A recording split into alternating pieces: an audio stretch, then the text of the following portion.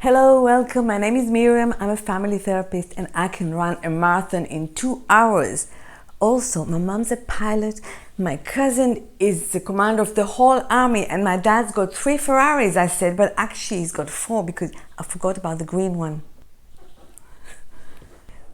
Welcome to the little video about children telling fibs and boasting. The idea for this video came from a visit I had at a school just a week ago. Staff there was concerned about a child who was telling all kinds of fibs for a long time, and their strategy was to just ignore it and hope it would go away, but it didn't. They didn't know what to say. They didn't want to confront him, didn't want to distress him. They were worried that if they accuse him of lying, he will lie even more, or that if they give him the idea that they believe him, then he will continue even more. But just ignoring it didn't do the trick, and I made another suggestion to them that I'm going to share with you. But before that, I just want to say a few words about why children actually do this. Children tell these kind of fibs because they want to impress us. They want to look better, stronger than they really are. They want to get a reaction from us. They want to impress their friends. Sometimes this covers lack of security and low self-esteem, but it's not always the case. So if your child's telling these kinds of fibs, you may want to look and see if their self-esteem isn't great, but don't necessarily assume that this is so. The other thing that we need to understand is that children's distinction between reality and imagination isn't nearly as strong as ours.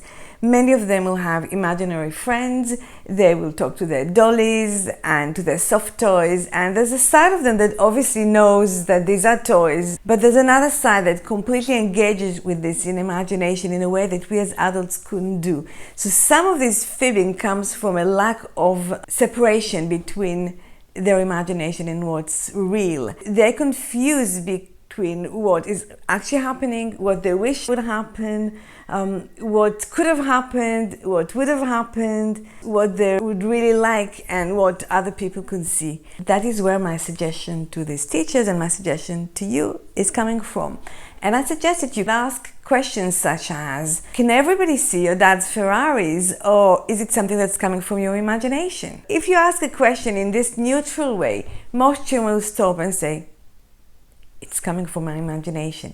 And then you can praise them and say, your imagination is really good. You're very creative. And leave it at that. When you do this over time, and not over a lot of time, most children will basically understand that this is not believable and you are not going to let it go unchallenged, and they will stop.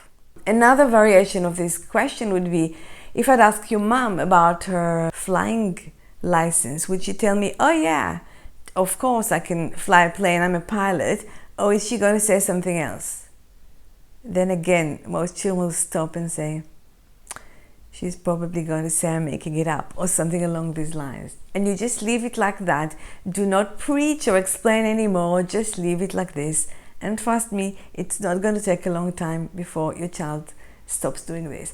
Now, the other advantage of this approach is that if you are wrong and the child is actually telling the truth, then no harm was done here. So that's it for today. Please, if you like the content, like, subscribe, share with all your friends, and enjoy your children. Thank you very much.